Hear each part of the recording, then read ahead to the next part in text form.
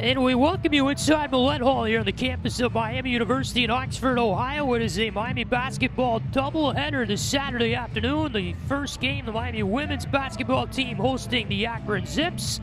Second game will be the Miami men's basketball team hosting the Golden Flashes from Kent State. But first up, RedHawks and Zips. Welcome in high above the court, everybody. Patrick Geshan, Luke West, Poley are with you for both games here today. Thanks for spending a part of your Saturday with us on RedHawk Radio. And Luke, Akron 10-2 overall, 1-0 in the MAC. They won their first conference game against Ohio by pretty commanding fashion on Wednesday. RedHawks 5-9 overall, 0-1 to kick off conference play after a 1-point loss. Tough one Wednesday in Ypsilanti against Eastern Michigan. To get an Akron team that's really good, they can threaten to win the conference this year. RedHawks team that's just trying to find kind of who they are at this point in the season as it gets real with MAC play getting going here. Yeah, absolutely. It's an Akron team that's coming off an NIT appearance a year ago, and they've really built themselves into a powerhouse in the MAC. You look at their schedule, they're 10-2, like you mentioned. Picked up a pretty nice victory at home against Ohio a few nights ago, won that game by 9 points. And they're a team, like you said, that's really going to threaten to win the conference championship this year. And for Miami, you look at their results so far this year, and really the results under the entire tenure of Deanna Hendricks, and you're just kind of waiting for that breaking point. I think it's a team that's still looking for some signature wins in conference plays. So far, I think they've won every game they should have won, lost every game they should have lost. Yep. If you're going to want to compete in the MAC this year, you're going to have to pull off some upset-like victories. And what better time to do that than at home? They've got a pretty nice crowd on hand here at Alumni Day. About 35 former women's basketball players here in attendance. You're against a good opponent, and you've got a lot of scorers. We've seen that. It's just, can you bring that consistency with that three-headed monster that's been their scoring threat all season long? Right, RedHawks have lost 4 of their last 5 coming into the game. They are 5-2 on their home floor coming into this afternoon. The Zips have won 5 in a row, including wins their last 2, the one against Ohio on Wednesday, and then they beat Coppin State in overtime before that on December 29th. Zips team that really hasn't played too much away from home, just 2-1 on the road this season. This is their 4th road game of the year out of the 13 they will have played at the end of the day. But it's a Zips team that can score from up and down in the lineup, offensively good, defensively solid, and Melissa Jackson in her 5th season has this team rolling right now. What a threat they are to win the MAC this year. Yeah, absolutely. And you look at their 10-2, and admittedly their non-conference schedule hasn't been the most tough. They've played a couple D2s, they've played a lot of Horizon League opponents, but a really impressive victory like we talked about against OU at home. They won the Stetson Showcase, beat Stetson and Bethune-Cookman. Those 2 games played on the road in Florida. And it's a team that's just proven time and time again. Akron on both the women's and men's side has got such good programs. And Melissa Jackson, former teammate of Deanna Hendricks at Richmond way back in the early 2000s, has built them into a perennial power for the RedHawks, still trying to get to that kind of echelon that Akron has been at for quite some time. Right, well, so you mentioned the connection there between Melissa Jackson and Deanna Hendricks, the 2 head coaches in this game. Colleen Day Henderson, who is an assistant coach with Akron, also has a Miami connection. She played at Miami, used to be a coach at Miami, so she makes her return as well. We can talk about that as the game goes on. But the RedHawks team, Luke, that is still, I think, trying to find their identity, and I think Deanna Hendricks would tell you the same thing. A team that's showing improvement from last year. Of course, Peyton Scott was not here for the beginning of the season. She's back, looking to be pretty much back to normal at this point. But offensively, this team has been a little bit inconsistent this season. Defensively, they've shown a little bit of weakness in certain areas. And so what a great chance, like you kind of mentioned before, to show some of that improvement and work on some of those things against a tough opponent this afternoon. No matter what happens today, it's going to make this RedHawks team better. Yeah, absolutely. You want to see a fight out of this team. They can score. They've got 3 double-digit scores on this team, and it's just a matter of, A, can they get the consistency from all 3 that they've been looking for? Obviously, Peyton Scott, who is averaging in double digits, nearly 13 points per game this season, hasn't been at 100%. Early in the year, after she suffered an ACL tear in the final game of the season against this Akron team last year, Deanna Hendricks said she was probably looking at coming back around when conference play started. She came back way ahead of schedule, but looking at the type of minutes she got, the type of kind of role that she played on this team, it looked like she wasn't quite at 100% like we really saw last year, where she was just in full control of this team the entire time. They ran entirely off of her.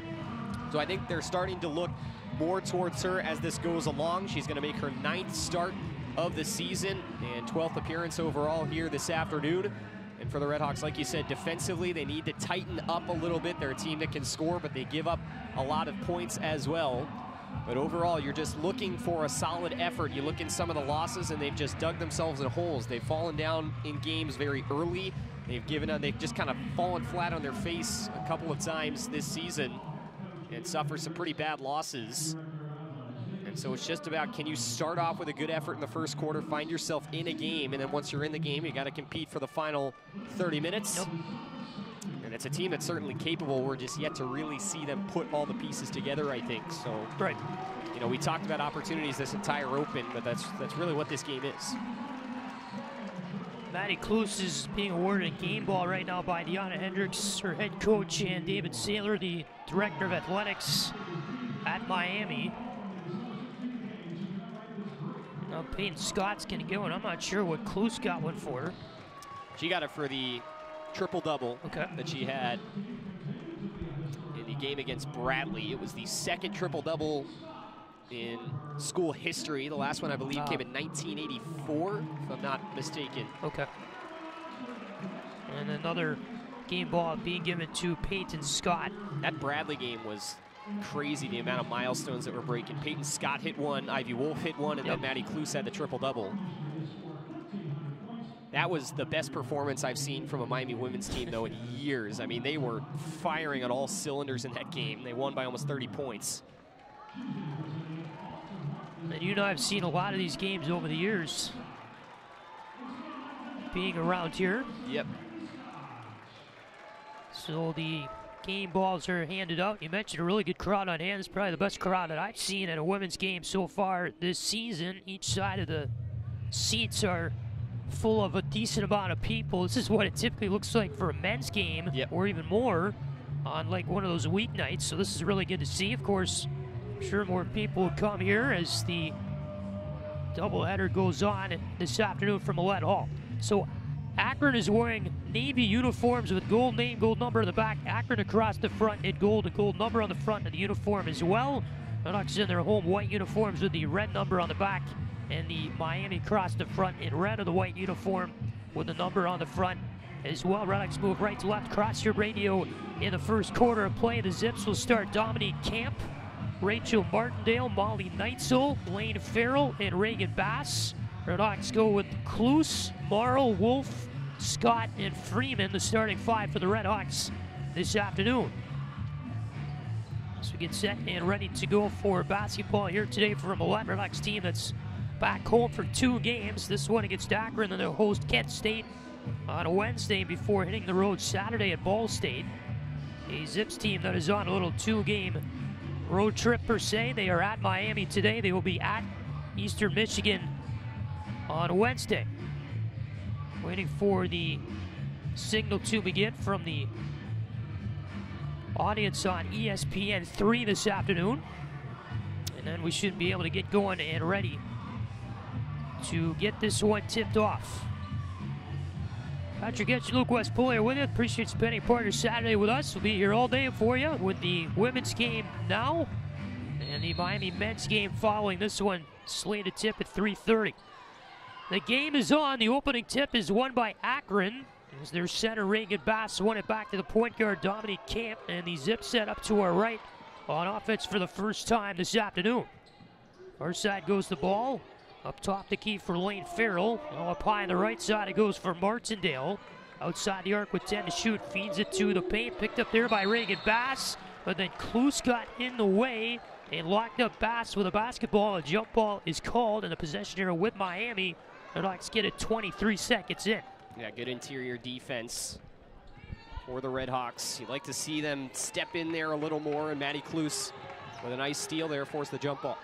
Scott feeds up high on the right side, wide open. 3 try is good to get the score, and kicked off from Sierra Morrow.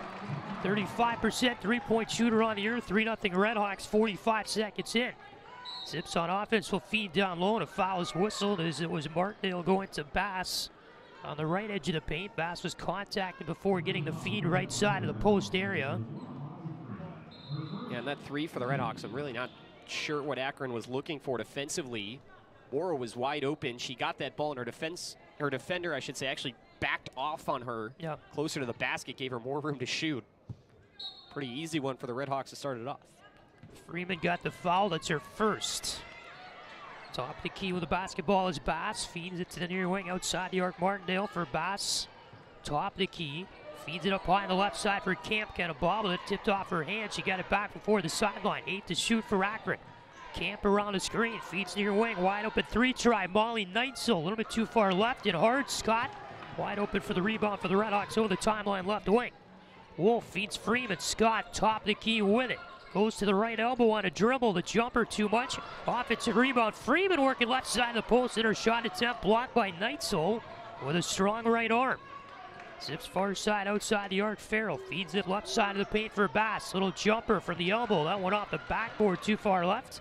Ivy Wolf the rebound over the timeline. Right wing. RedHawks on offense. Far side feed Clues. Drives to the hoop. Feeds near corner. The kick out. 3 by Scott. Too far right. Rebound and a foul is whistled. It's going to go against the RedHawks as they contested for that rebound, and the foul is going to go against, I believe, Ivy Wolf, although we'll have to check on that with a lot of traffic in the area. Unless the Zips take it over the timeline here, middle of the floor.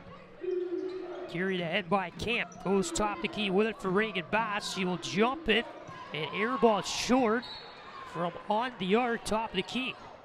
And the ball back to the RedHawks with 8:05 to go in the opening quarter. Miami up 3-0. Yeah, Miami's just not letting Akron get inside at all. They've done a really good job defending. Akron hasn't tested it too much either. Freeman got the foul that one play, by the way, for her second, so she was taken out. The Zips steal the ball away early in the RedHawks' next offensive possession. So it's Martindale with it, near side outside the arc for Akron on offense. Feeds top the key. Bass goes down low, right side of the post. Molly Neitzel works. And she was blocked away on a shot attempt by Morrow. Well, defense looking solid in the first 2.5 minutes. Near side is Cluse outside the arc. Right-handed dribble goes far away for painted Scott. Around the arc goes to the far side for Wolf. Down low, right side of the paint, off the window for 2. Morrow wide open and puts it off the window for a pair of points with both arms. Zips work it back on offense. Near side of the paint with it is Reagan Bass. Whistle though for a foul. It's going to go on the RedHawks. Richardson, who came in for Freeman.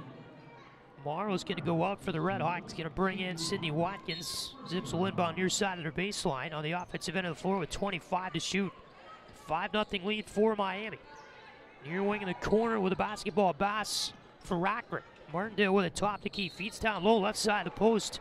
Trying to drive her way in was Camp. She was fouled, could never get a shot off.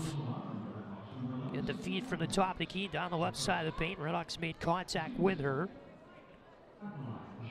And 2 shots at the line here coming up for Camp, a 71% free throw shooter on the season. First free throw is good for Dominique Camp, a senior from Dayton, Ohio, went to nearby Lakota West High School. Sydney Watkins got the foul on the play. That's her first. Yeah, she's an in-conference transfer, too. Came over from Buffalo. Yep. Next free throw by Camp is good. Led West to the GMC and sectional title in 2019. Top the key with it is Richardson. Goes far side outside the arc. Scott, cross-court pass near corner. Wolf tried to touch and go 3, and it was blocked away by Martindale at the baseline. Martindale was right there on Wolf. And I'm surprised Wolf even tried that, but it will be off Martindale's hand, and the RedHawks keep possession. Will inbound near side of their offensive baseline. Wolf from basically the corner floats a feed up. It was contested. Cluse tipped it out of bounds. Strong defense from Dominique Camp, and the ball back to Akron. Risky play, one of those 50-50 balls, like a football pass. Get tipped out. Yeah, Akron's really been contesting Miami tightly. You've seen it on a couple of blocks and a couple of steals as well. Akron going to take the ball over the timeline, left wing. Farrell took it over the timeline, left side. Ivy Wolf came in, knocked it away, and went out the base, or out the far sideline on the other side of half court near the Akron bench. You say it just went out of bounds, and the Zips will inbound here with 20 to shoot. No violations. Camp the left-handed dribble on the big red M at half court. Floats it to the far side, outside the arc with the ball is Farrell. Goes left side of paint. Bass tried to play it, get tipped out of her hands. Picked up though by Neitzel, her teammate. A right side jumper is good after she fed it to Dominique Camp. And Camp will finish for 2 from 14 feet away to make it 5-4 Miami. Scott the other way, pulls up to the left elbow and sinks that jumper to extend the RedHawk lead to 3. Akron quickly in transition. Scott picks off a pass as Camp was trying to go to the post for Reagan Bass. Scott through the paint, drives away in off the window, too far right. And the rebound tipped out of bounds, and it will stay with the RedHawks. Only called a foul, I beg your pardon. I thought the referee calling the ball went out of bounds. It's a foul on Akron, though, on the Scott shot. She drove her way down the right side of the paint, floated off the window way too far right, but the foul. And Scott is at the line here for 2 free throws as Neitzel got her first personal on the play. Yeah, I think Scott was trying to fish for that foul there. I don't know if she really had intentions to try and score. Just kind of threw her hands up at it, tried to draw contact. First free throw there is good by Peyton Scott. She's played 30 or more minutes in 4 of her last 5 games. Such a great sign to see. 35 minutes against Eastern Michigan on Wednesday. Next one is good. 9-4 RedHawk lead with 6:02 to go in the opening quarter. Over the timeline, middle of the floor comes Lane Farrell. Feeds up high on the right side for Martindale. And her pass gets picked off by Cluse. Right side of the paint, and the RedHawk defensive end intended there for Bass. They whistle it down. Yeah, Cluse kicked it, and she was trying to recover it. Unfortunate there. RedHawks have had a couple just really close plays where they could have gotten steals and just had some unfortunate bounces not go their way. But the defensive effort so far through the opening 4 minutes has been fantastic on both sides. 15 to shoot for Akron. Martindale near corner, feeds up high on the right side for Farrell. She'll shovel a feed to the free throw line. Bass with it, 6 to shoot. Farrell near wing 3, too far left. Rebound RedHawks, they had numbers down there. Wolf goes right wing for Scott over the timeline. Scott hits the brakes at the arc. Top the key now for Wolf. We'll just kind of take it back up high on the right side and wait. RedHawks have 18 to shoot. Wolf trying to go around the screen, will feed far side. Scott gets her way inside the arc. Will stop near the elbow. Back up top the key for Wolf. 8 to shoot for the RedHawks.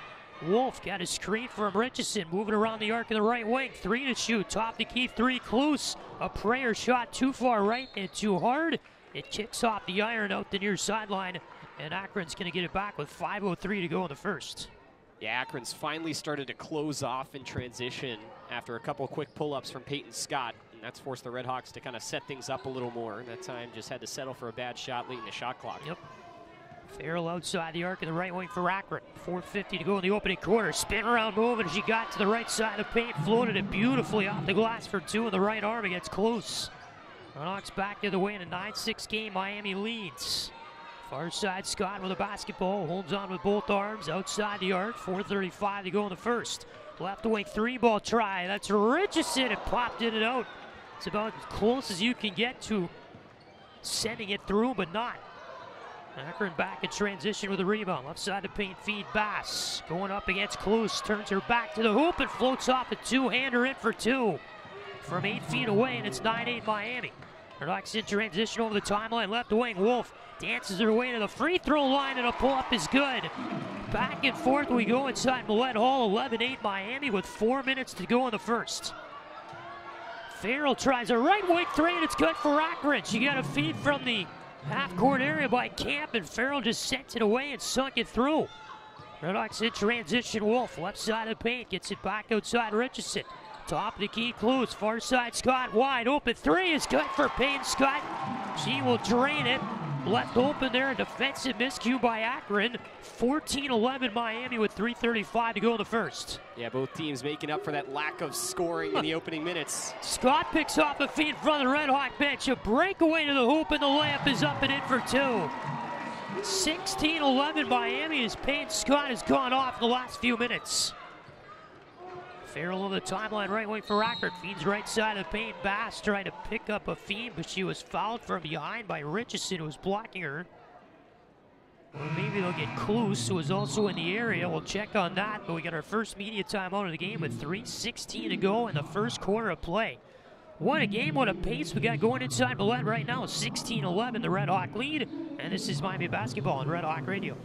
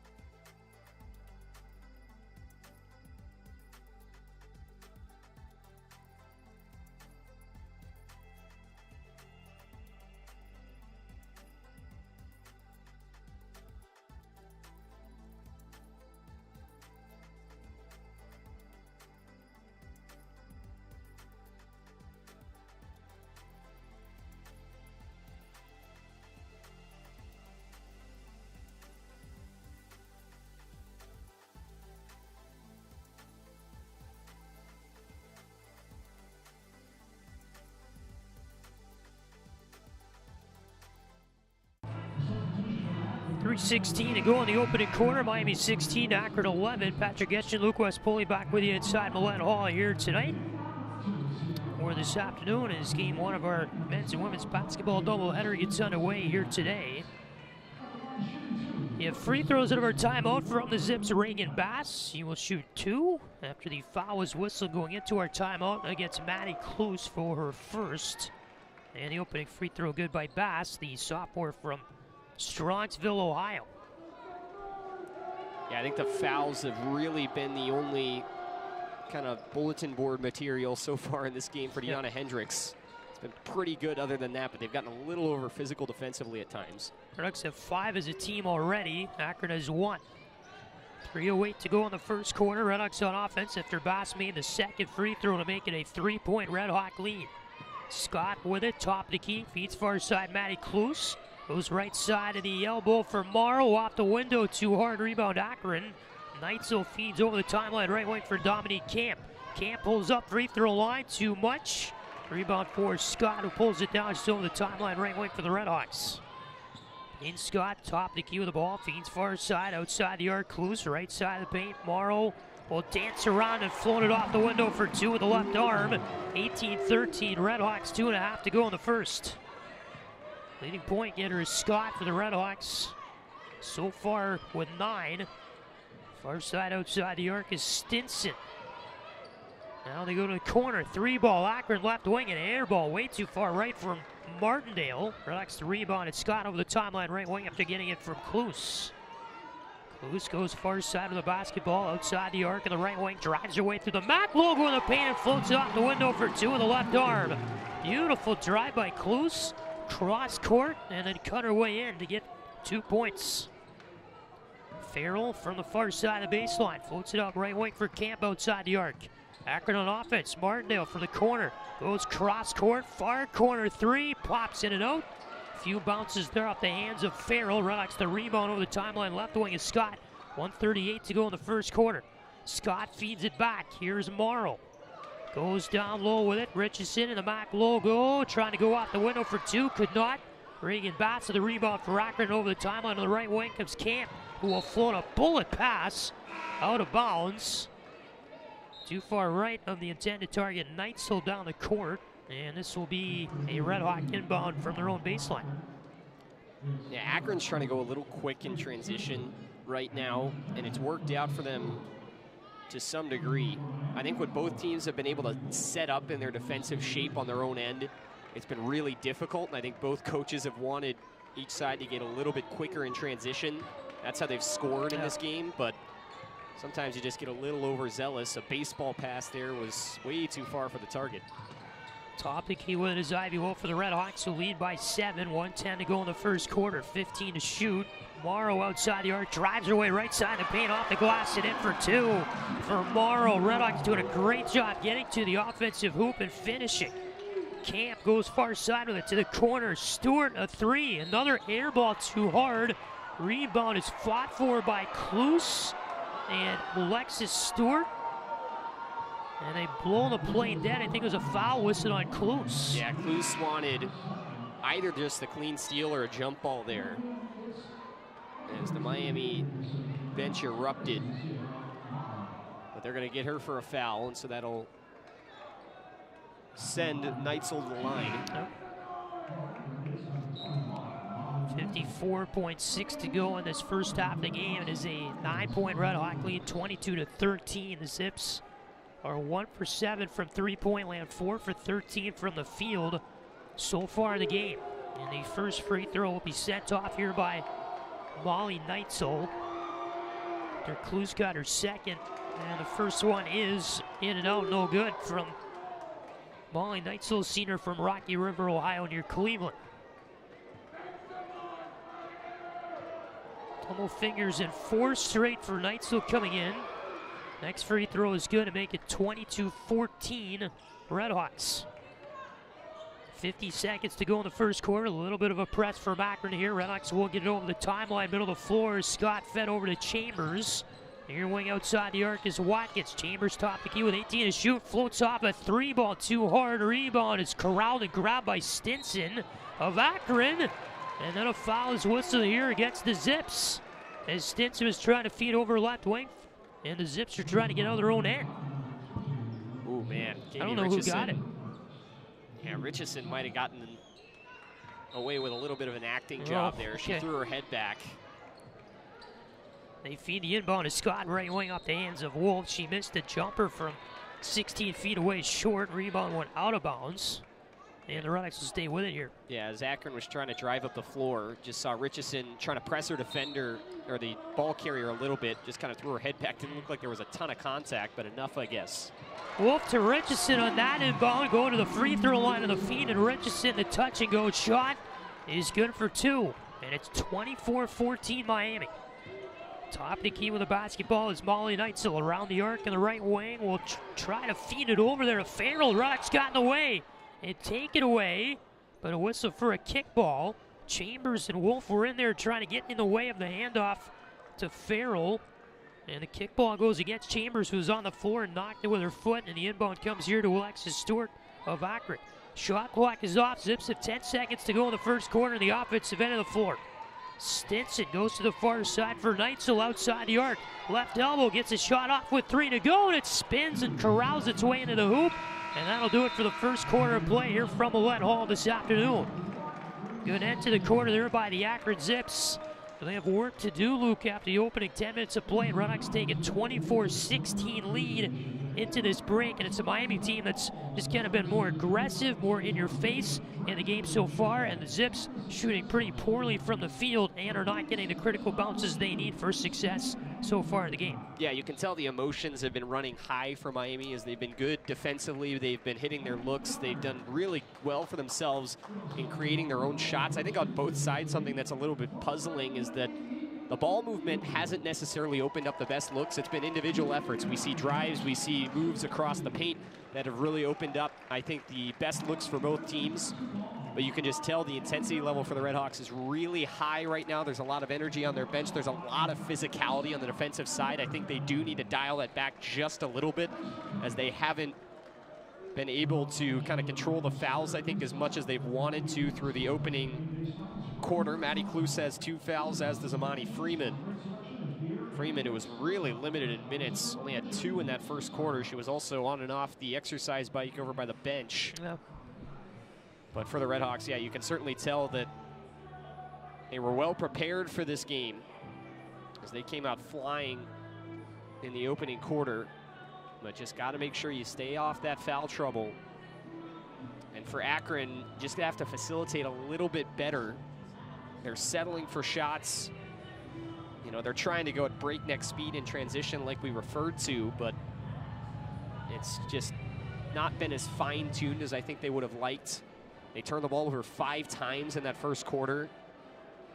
And quite honestly, they're lucky it wasn't more. I mean, how many times did we see the RedHawks nearly get a steal and then just something unfortunate happened? You had the play on the far side where the RedHawks were able to force a loose ball that just barely touched the sideline. You had the one right before the end of the quarter where they got the steal and then the ball was kicked, immediately gave the ball right back to Akron.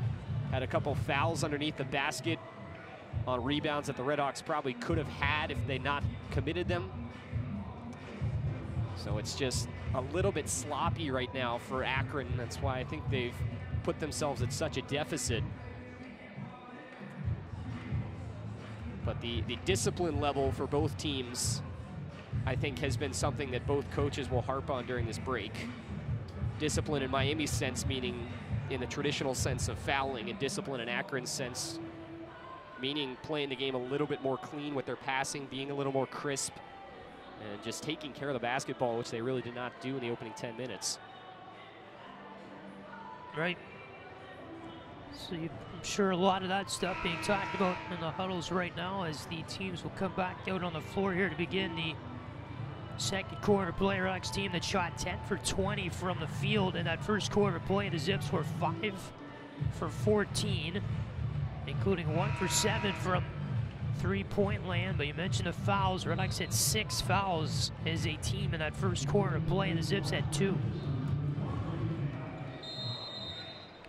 8-point RedHawk lead as we start the second. Zips will inbound for the near side of the floor, and going to the timeline and over on the right wing is Dominique Camp.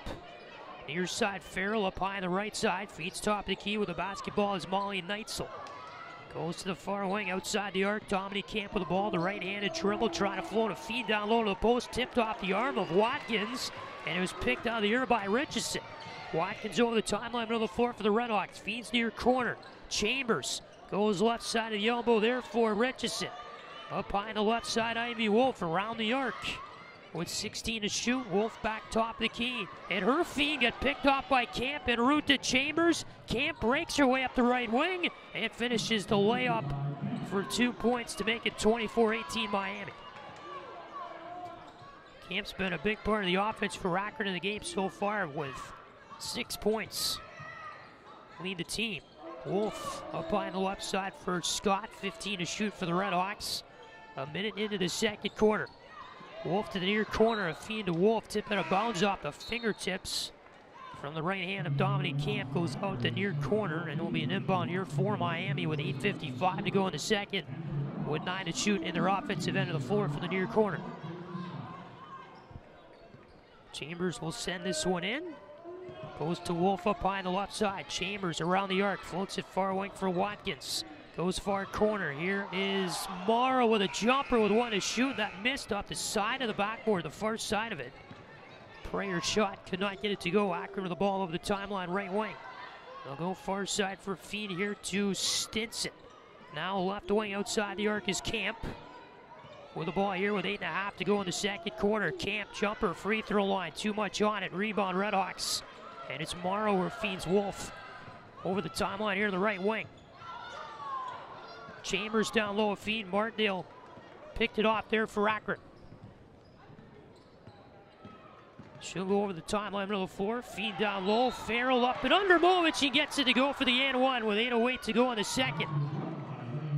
Driving from the near side of the corner and then went up and into the hoop for 2, and it's 24-20 Miami here with 8:08 to go in the second quarter. Farrell just kind of decided to drive that in, and the foul was whistled against the RedHawks. We get a media timeout here from Millett Hall with 8:08 to go in the second. 4-point RedHawk lead. We're back in a moment. Miami basketball on RedHawk Radio.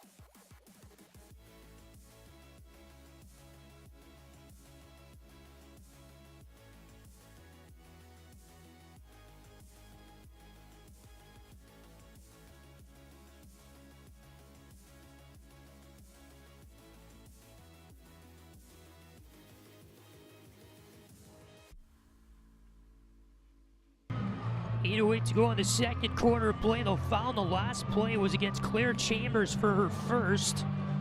As driving in to get the 2 points was Elaine Farrell of Akron. The layup was good, so she's got a chance at a 3-point play at the line out of her timeout.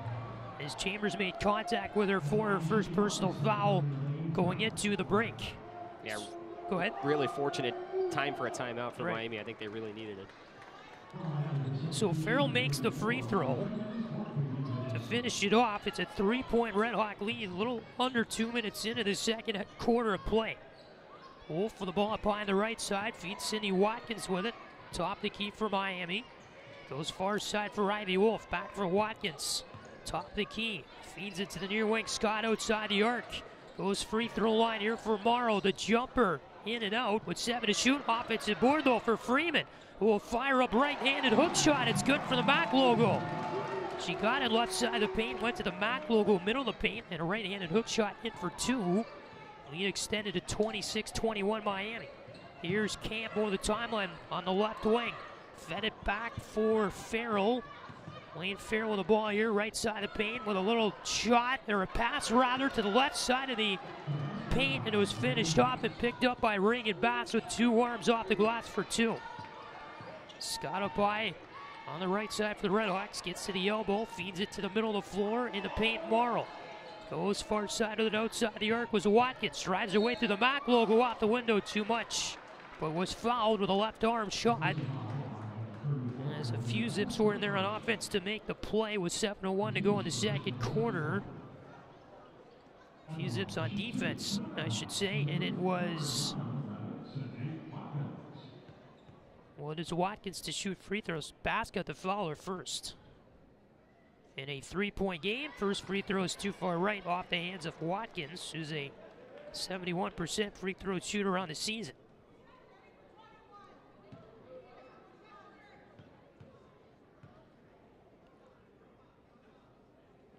Next from Watkins, too far to the left and a little bit strong. Rebound zips. 0 for 2 trip at the line. The ball poked out of Camp's hands though by Watkins.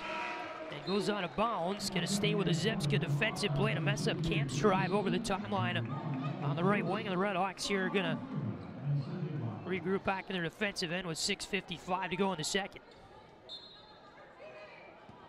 Neitzel with the ball, feeds it to the middle of the floor for Dominique Camp for the Zips. Camp over the timeline on the right wing for Neitzel.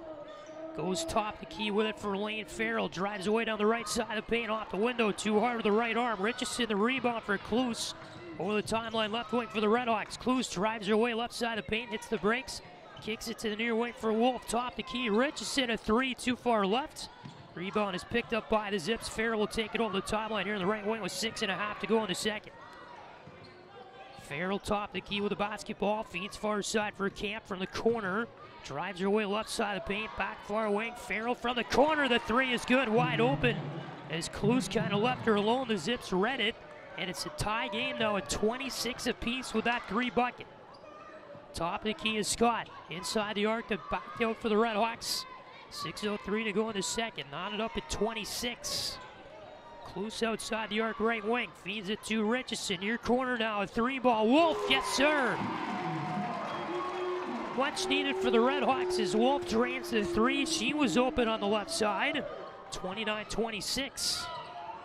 Akron the ball here from the free throw line as Camp gets it over far side for Bass. Drives her way left side of paint and let it go. Is picked up here by Kloos over the timeline right wing. Here's Scott. Far side outside the arc with a jumper. It's good from the right side of the paint for Scott. 31-26 Miami.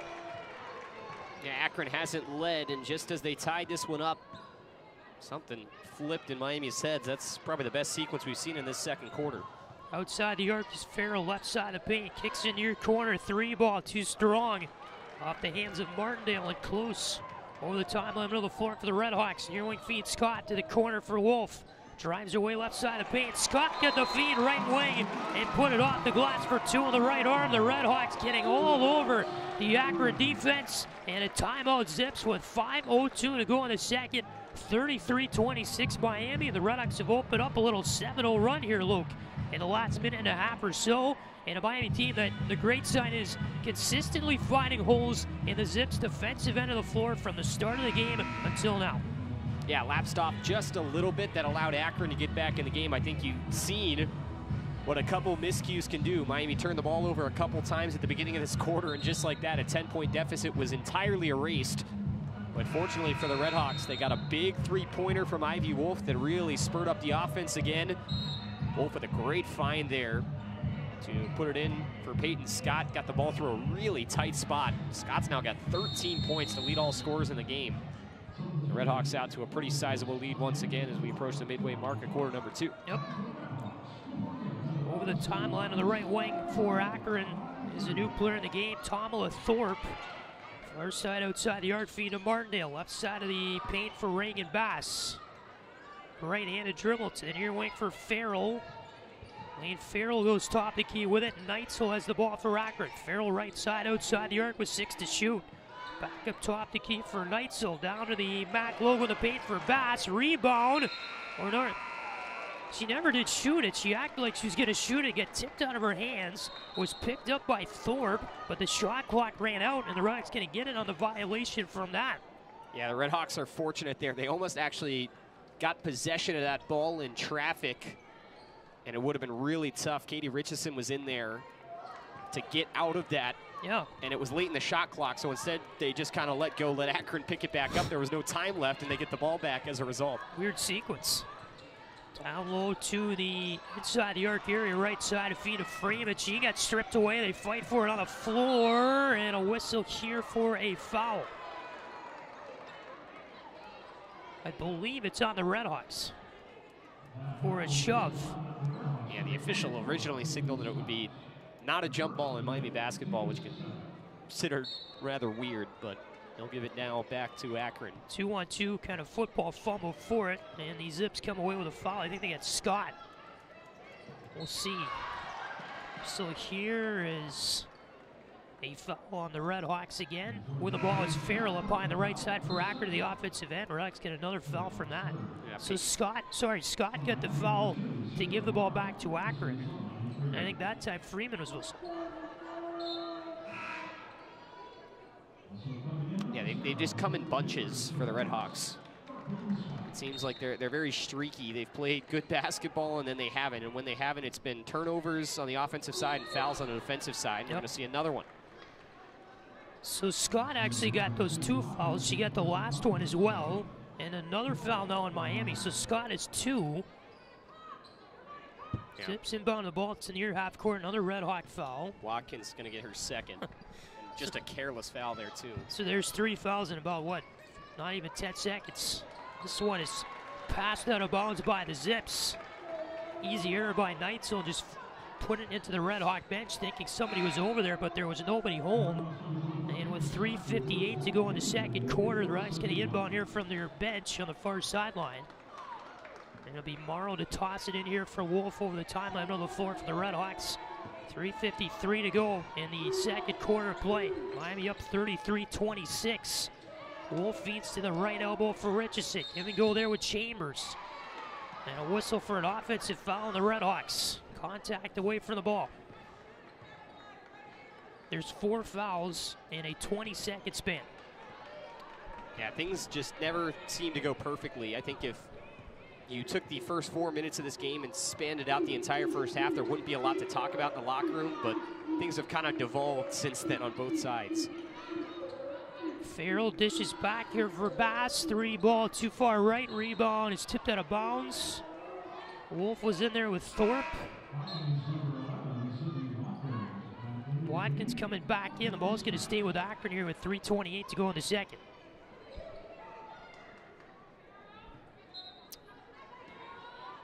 Thorpe going to toss it in. Up high on the left side, 3 ball. Martindale with short rebound. RedHawks. This is going to be Watkins over the timeline here on the right wing. Still a 7-point RedHawk lead and a travel as Watkins trying to hand it off for Chambers near the arc in the left wing, and Watkins took a step too many. The ball turned back over to the Zips. And the RedHawks give it to Akron for their 7th turnover of the afternoon. Yeah, Watkins just second-guessed herself there. It's a short pass. This wasn't as crisp. Dragged her foot.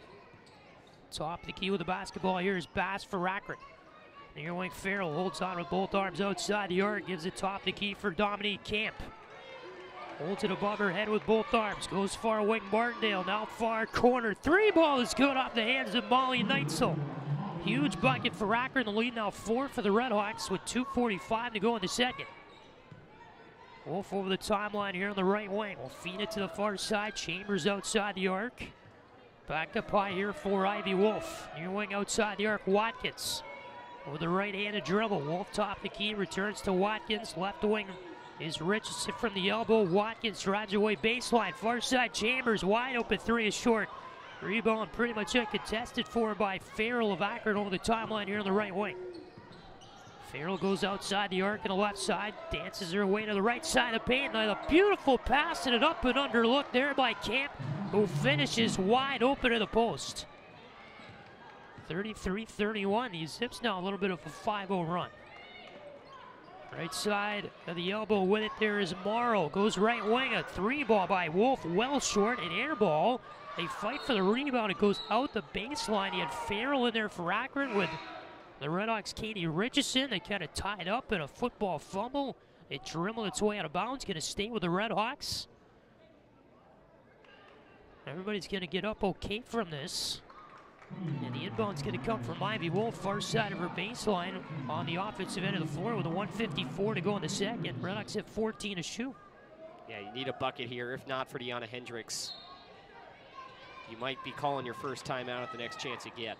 Give and go with Scott for Wolf. Goes far corner with it. Here's Watkins. Goes to the middle of the paint. Freeman near wing feed for Morrow. Gets to the left side of the paint off the glass too hard. On a two-handed shot. Over the timeline right wing is Farrell for Akron. Zips trying to set up here and tie the game, down by 2. Farrell near corner outside the arc. Holds the ball above her head with both arms. Goes top the key with it for Neitzel. Far side outside the arc is Camp. Drives her way to the rim and gets it in for 2 in the left-handed floater. From outside the arc to inside the arc, she was there with a snap of a finger, and we're tied up at 33. 7-0 run for the Zips. Near wing outside the arc is Wolf. Gets it free throw line here. Freeman could not get the feed from Morrow. Is tipped away by Bass. Here come the Zips over the timeline left wing.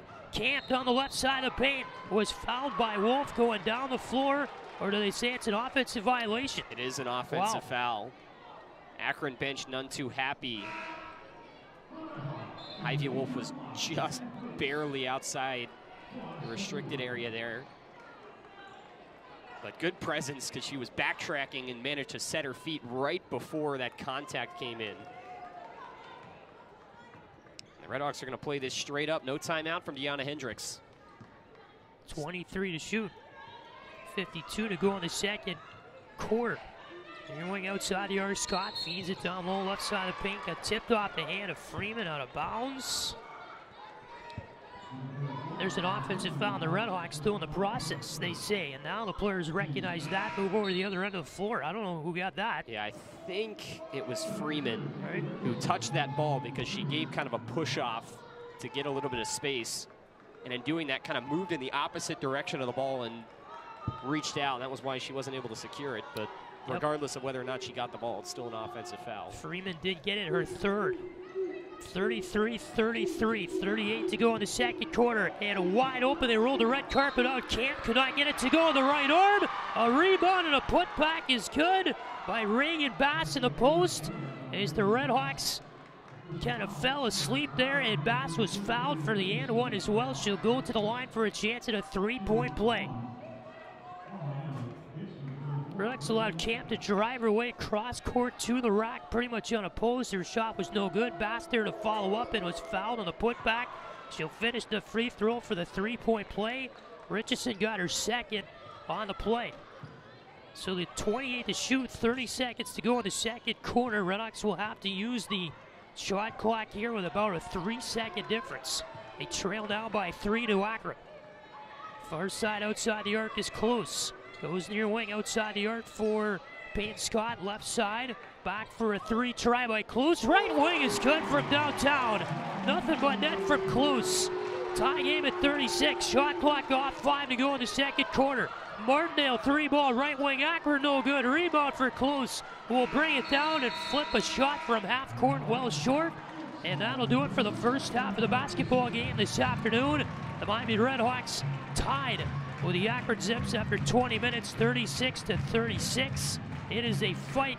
Luke West Poley in the first half of the game. I think you got to be really happy if you're a Red Hawk fan of the way Miami showed up and played against a much more, on paper, superior Akron team in the opening 20 minutes. Red Hawks seemed like they wanted it more. They fought harder. The offensive end looked really solid. Defensively, they were strong.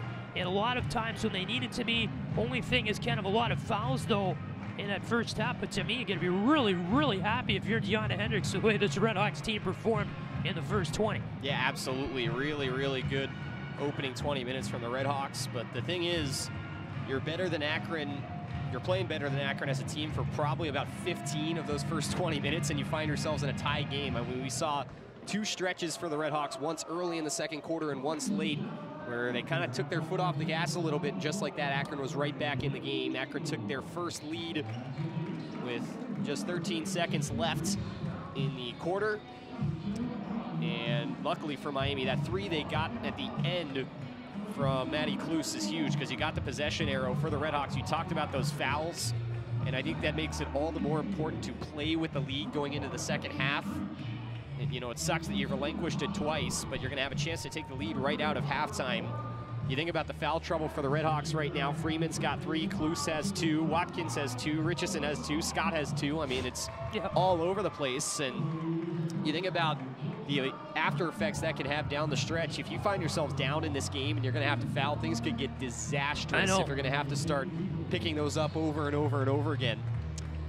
And so you're going to have the chance to take the lead right out of the break.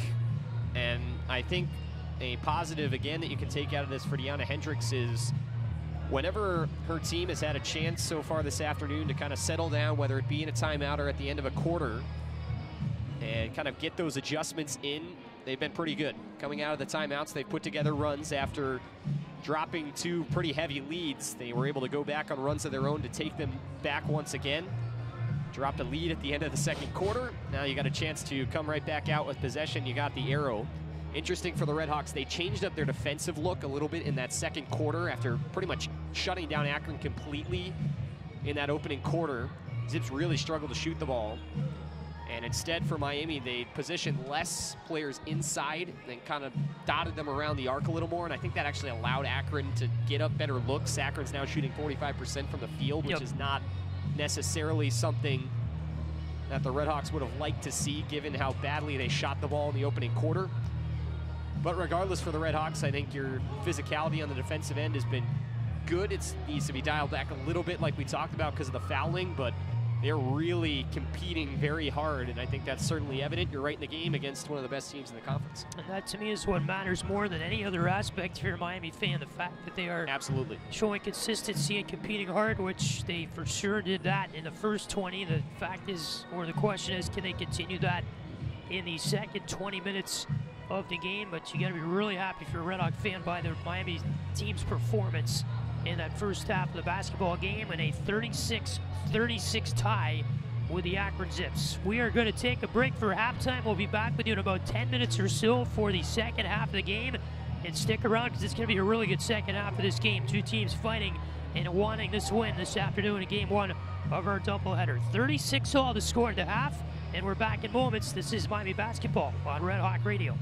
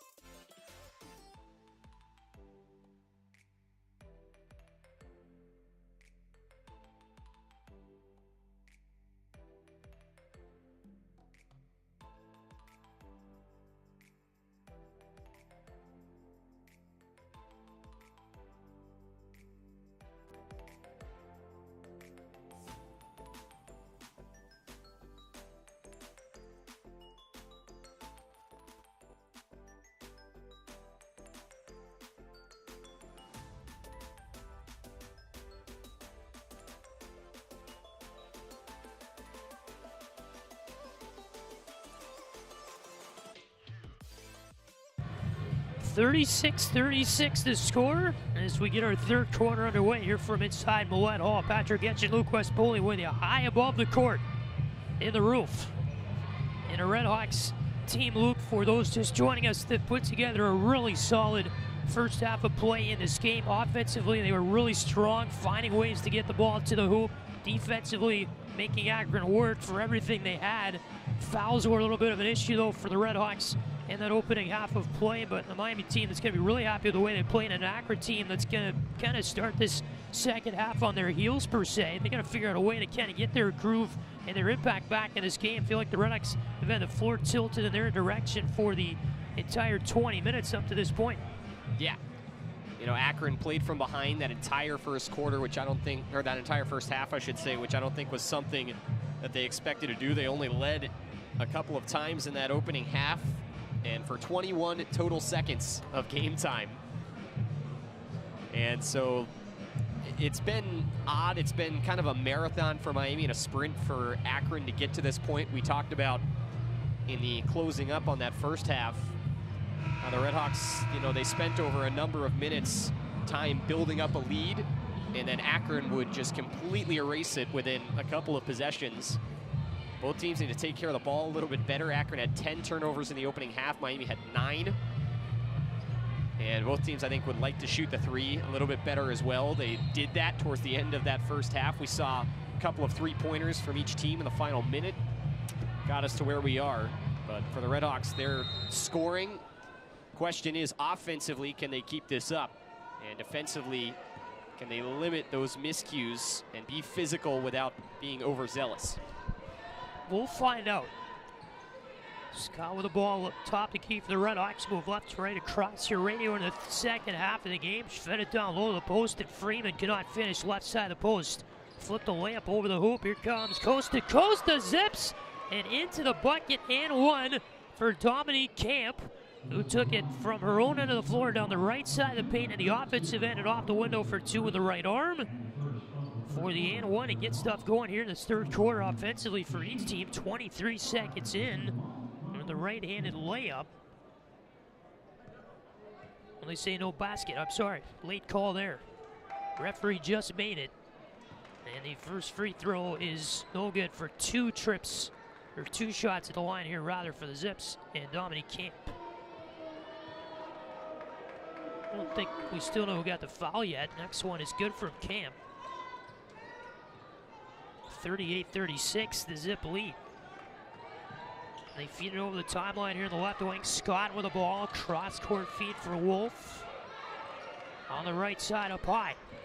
Top to keep Klus, back for Wolf. Far side Morrow. Over on the far wing, Scott. A cross-court feed picked up by Farrell up ahead, wide open. Breakaway, Camp will finish with the right arm off the glass for two on a layup. 40-36, the Zips. And they've gone up 4-0 here in this second half so far, about a minute in. Klus near wing outside the arc, feeds Morrow. Her jumper from inside the arc missed too hard. Rebound goes out the baseline. It's going to go back to the Zips. I think Freeman maybe got a hand on that for the RedHawks. Tipped it out the baseline, and with 8:57 to go in this third quarter, Akron's going to get the ball back. Still don't know who got that foul to start the third quarter of the game. Zips on offense here. Camp dances her way to the right elbow. The jumper is good. On a pull-up there from Camp, kind of cut her way from the left wing to the right elbow. And it was good. 42-36 Zips. Pretty bad start so far in the second half for the RedHawks. They feed down low on the offensive end. Freeman in the paint trying to find her way to the hoop. Traveled. Another turnover going to send it back to Akron. And we're not even a minute and a half in yet, Luke, and this is a completely different Miami team to start the second half than we saw the first. Yeah, haven't scored yet. Couple turnovers and just making it really easy on the Zips here on the defensive end. Camp near wing outside the arc for Bass. Back up top the key with it here for Lane. Farrell drives her way right side of the paint, and the layup is good. Off the window for two with the right arm. Scott takes over the timeline, middle of the floor for the RedHawks. Hits the brakes right elbow, feet far side. Wolf, a long-range three from downtown was too much. Rebound grabbed here by Peyton Scott of the RedHawks. Takes it outside the arc of the right wing. Top the key, Wolf feeds far side. Klus Long range three from her. It's too hard. Rebound Camp. All alone, got it inside the paint. Drives her away, left side of the paint. The other end of the floor on offense for Akron. A ball kind of popped out of her hands and went off Ivy Wolf and out the baseline. And will stay with the Zips with 7:51 to go in this third quarter. Yeah, not enough contact there. It was another backtracking transition play there for Ivy Wolf where she was looking to draw the charge. She was able to get the ball out of the hands there of Camp, but just kind of rolled up her body as it fell out of bounds, and there just wasn't a lot of contact there. It's just right on that gray area where you can't call a flop because it really wasn't a true flop, but it wasn't enough for a charge, and so it'll just be Akron ball. But the RedHawks we talked about them making it easy on Akron. It's just maybe they're nervous a little bit because of the fouling or something like that. We're just not seeing a matched level of physicality that we saw in the opening half. The RedHawks have been caught standing still a lot under their own basket so far in this second. Just kind of looking at the ball carrier with their hands up, and that's going to work sometimes, but Akron's been able to make those shots over top of the defenders without a whole lot of trouble here early on. And I mean, that's what foul trouble does to you. Yeah. It can scare you off your game a little bit. Yep. Timeout was called here on the floor, I think, by the RedHawks with 7:51 to go in the third. As Deanna Hendricks not at all happy with the starter team has displayed an 8-0 run for Akron to begin the second half of the game in third quarter.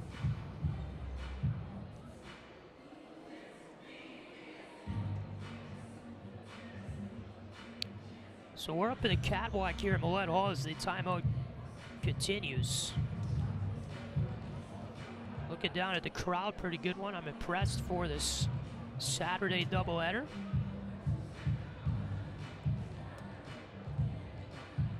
Men's game will follow us at 3:30 today. RedHawks take on Kent State. Luke and I will have that one for you. Miami men's team that's just trying to kind of do the same thing as the women, find out who they are. Yep. At this point in the season, they're going to take on a really good team as well today. And Kent State, another team similar to Akron, who's going to have a chance to win the MAC this year, and a pretty good one at that. Yeah, Kent State preseason MAC favorite in what's going to be a really tight race at the top this year. I was watching some MAC games last night, and there were talks of this potentially being a two-bid year into the tournament for the MAC, which has been unheard of in recent years. So maybe a little bit of breathing room. Kent State, though, very, very, very impressive what they did in non-conference. They had single-digit losses against 3 top 10 teams in the country. Yep. I mean, they played one of the toughest schedules of anybody, regardless of conference. So that's going to be. We're talking teams like Houston. They went on the road. They played Houston. They played Gonzaga. I mean, it was unbelievable the amount of tests that Kent had, and they didn't get blown out in any of them. Right. They were competitive in every single game. They didn't pull off any huge upsets in that run, but they were really competitive. It's going to be a tough one for Miami later on today. So out of our timeout, Akron with the ball. It's Camp who goes right side of the paint and floats off the shot in for 2. After she got the inbound to the near wing, went far side of the paint and put it up and in for a pair. RedHawks over the timeline here in the left wing. It's Ivy Wolf with the basketball with 7:32 to go in this third quarter. The Zips have opened up the second half on a 10-0 run in less than 2.5 minutes. Wolf top the key, left side of the paint, Richardson. Near wing outside the arc is Scott from the baseline. Hits the brakes, kicks it out to the far corner. Watkins across the paint will float up a prayer shot from the right elbow and get it to go. A little jumper there, 46-38 Akron. Yeah, just needed something to fall there for the RedHawks. Has not been their third quarter so far. Nope. Camp outside the arc here on the far wing for the Zips. Gets it top of the key for Bass. Near wing outside the arc, 3-ball. Stewart too far right. Missed that. RedHawks with a rebound here. Scott over the timeline on the left wing for the RedHawks. With a left-handed dribble. Gets her way to the elbow. Near wing outside the arc. Wolf, long range 3 is cut for Ivy Wolf. Much needed again. And it's back to a 5-point Akron lead. Yeah, you need your playmakers sometimes to just do things like that. That was hotly contested, and Wolf still hit it. Farrell tossed it in right side of the paint for Akron. Bass was fouled, trying to go up for a shot. A two-handed layup from the far side of the post. RedHawks get the foul. I believe it was Scott for a third. Our stats program is not working right now. Nonetheless, free throw at the line for Bass, first of two, is good for Akron to make it a 47-41 game. Bringing Bass so far this afternoon has 10 points. And he can make that 11 with the second free throw make. 48-41 Akron. RedHawks with the ball on the timeline on the right wing. It's Peyton Scott with it. 6:23 to go third quarter. Far side close, drives her way left side of the paint, and a foul whistle there. Never get a shot off, but did draw the blocking foul as a few Zips were in the area on that one. Only 2 shots to line coming up for RedHawks Maddie Klus. 2 fouls as a team for the RedHawks so far in this third quarter, 1 for Akron. Klus is at the line, came into the game about a 70% free throw shooter. And the first one's too hard. Maddie Klus, fun fact, according to the website, what do you got? Is allergic to popcorn. Wow. Next one is good. How are you allergic to just popcorn? Is it? Yeah, I don't even know. Are you allergic to corn too? Yeah. Top of the key for Neitzel, hands it off here for Farrell. Gets it to the far side, inside the arc. Stewart drives away across the lane. Too high on the layup. Rebound. Neitzel came down it. She was fouled on the putback for Akron from the right side of the post. It seems like the Zips have found their grit and effort on the offensive end in the second half, something they didn't really have a whole lot of in the first half of the game, and that's why they lead this game by 6, maybe more, with 2 shots coming up at the line for Molly Neitzel. Yeah, they seemed like they were in the game on talent alone in that opening half, and the effort level has been ratcheted up here in the second. Neitzel can't hit the first to extend the lead, but yeah, like you said, the energy level has kind of been now up to par with Miami's, and that on-paper talent disparity that you've referred to a couple times, I think, coupled with now being a little more competitive with the RedHawks, has allowed them to jump out to this lead. Next one is good to make it 49-42 Akron. So here's Klus over the timeline on the right wing for Wolf. Cross court left wing Scott. Klus top of the key, 3, well short, air ball too far right as well. RedHawks cannot save it from going out the baseline. It's going to return to Akron here with 5:51 to go in this third quarter, and the Zips lead by 7. By the way, popcorn is my favorite food in the world. I was going to say, you know who else likes popcorn? Miami men's coach Travis Steele. I know during the Evansville doubleheader in the opener, he watched the whole women's game and was eating popcorn in the top bowl by himself. You've been looking for him. I have been. 3 ball was sunk there for Akron by Neitzel from the right wing. Scott top the key, goes right wing for a 3-ball. Wolf can't hit that. Short. Richardson tips the rebound out of bounds. Going to go back to Akron. 52-42 the Zips lead. They'll get it back on offense with 5:21 to go in the third. You know, it's too bad we're up here because we don't see the upper bowl below us. Yeah, it's directly below us. Mr. Steele is... I don't see him. In fact, we really can't see any of the upper bowl. It is a little close to game time, though. May have been watching the first half. Thorpe gets it far side. Neitzel with it from the right elbow off the window. Too much. Rebound RedHawks. Klus comes down with it over the timeline on the right wing. Feeds Sydney Watkins. Outside the arc on the near side. Watkins gets it up high on the right side of Morrow. Now top the key. Wolf for next trail by 10. Just past the halfway mark of this third quarter of the game against Akron. 12 to shoot. Wolf dribbles left side up high, gets it inside the arc for Klus, drives away baseline left wing, spin around left edge of the paint. It was short, rebound. Watkins on the shot, trying to feed it back from the baseline, running out of real estate. That got tipped and back to the Zips. Over the timeline right wing, a feed of Martindale that was in there from Thorpe, get picked off by the RedHawks. Scott feeds Wolf, drives away right side, and a whistle for a foul as she was going up for the shot, missed it short on the layup, but 2 shots at the line coming up for Ivy Wolf, as the game kind of picked up its frantic pace there in the last 30 seconds or so. Wolf to the line for 2. Now we get a media timeout here from inside Millett Hall, and a 52-42 lead for the Akron Zips. 4:22 to go in this third quarter. RedHawks trail by 10. It is Miami basketball on Red Hawk Radio. Wake me up when the sun goes down. Sleepless nights, you wake me up when the sun goes down. I can't help it, baby. Not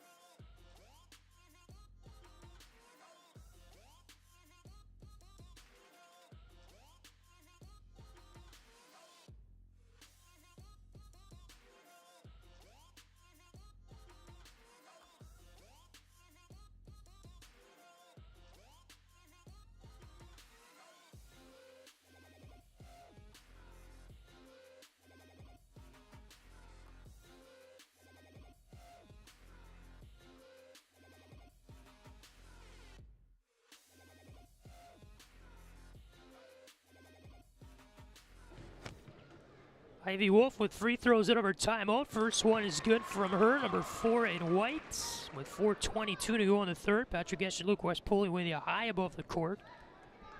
Inside Millett Hall. Next free throw from Wolf. Dribbles in to the rack. 52-44, the Zips lead with 4:18 to go in the third quarter. Over the timeline, right wing Dominique Camp goes far side outside the arc for Martindale. Far side of the paint. A try there by Bass to get it up into the hoop, but it was knocked away by Morrow. Knocks on the timeline left away. Miami playing a little bit better defense here last minute or so. There's a feed down low, close to Morrow. And off the window for 2 on the right arm. 52-46, Zips driving away to the hoop, coast to coast. Camp missed that. Rebound RedHawks on the timeline left wing is Scott. Goes outside the arc of the near wing. Here's Wolf. Back to the near side, outside the arc, Watkins. Gets to the free throw line, kicks it outside for Ivy Wolf. Drives away left side of the paint, off the glass and in for 2. With the left arm for Ivy Wolf. 52-48, the Akron lead is now only a 4-point game with 3.5 to go in the third. Near wing go the Zips outside the arc. Martindale with a right-handed dribble. Gets it top and key, a feed there that Camp and a leap up and get. Brings it down with 14 to shoot. Camp outside the arc here on the left wing with a right-handed dribble. She will just fire off a 3. No good. It was a little bit too far right. She had enough room to do so for the Red Hawk defense. And a foul on Akron on the rebound as it was picked up by Morrow. Getting in there too hard was, I believe, Ring and Bass. I know it was Faith Stinson who got the foul for the Zips in the area as well. And the RedHawks inbound for their own baseline. Close to give and go with Ivy Wolf here with 3:05 to go in this third quarter. Scott, top the key for Close. Near wing outside the arc. Wolf, 3 ball is off. That's short. And a rebound, a foul. Whistle on the RedHawks. Martindale brought it down. Tiana Hendricks pleading her case with the referees. Someone on Miami got the foul. Yeah, I Scott don't had no her idea hands who. on her head. I think it was Scott. And if that's the case, yeah, that's trouble for the RedHawks. if our count is right, then that's her 4th, I think. Yeah, she's going to come out. The stats program we use that tells us all this information is not working. So we're doing it the old-fashioned way up here, keeping a scorebook. Over the timeline of the right wing come the Zips. Top of the key is Camp, far side Martindale. Down low, Close, knocked away. Near side Camp for the Zips, 14 to shoot. Goes right side outside the arc, Martindale with it. Holds on with both arms, gets it down low. Here's Stinson, whistle for a charge on the Zips. Stinson laying a body check shoulder into Ivy Wolf. Ball back to the RedHawks, 2:34 to go in the third. This crowd has grown a lot since this game has started. And you got a pretty good crowd on hand to watch this game. Getting loud and into it. And I think it's really helped the RedHawks get back into this game. Just down by 4 now. Was a 10-point Zips lead earlier on in his third quarter. Wolf goes cross court. Watkins, the ball hopped over her head out of bounds. On the far wing into the RedHawk bench. You will have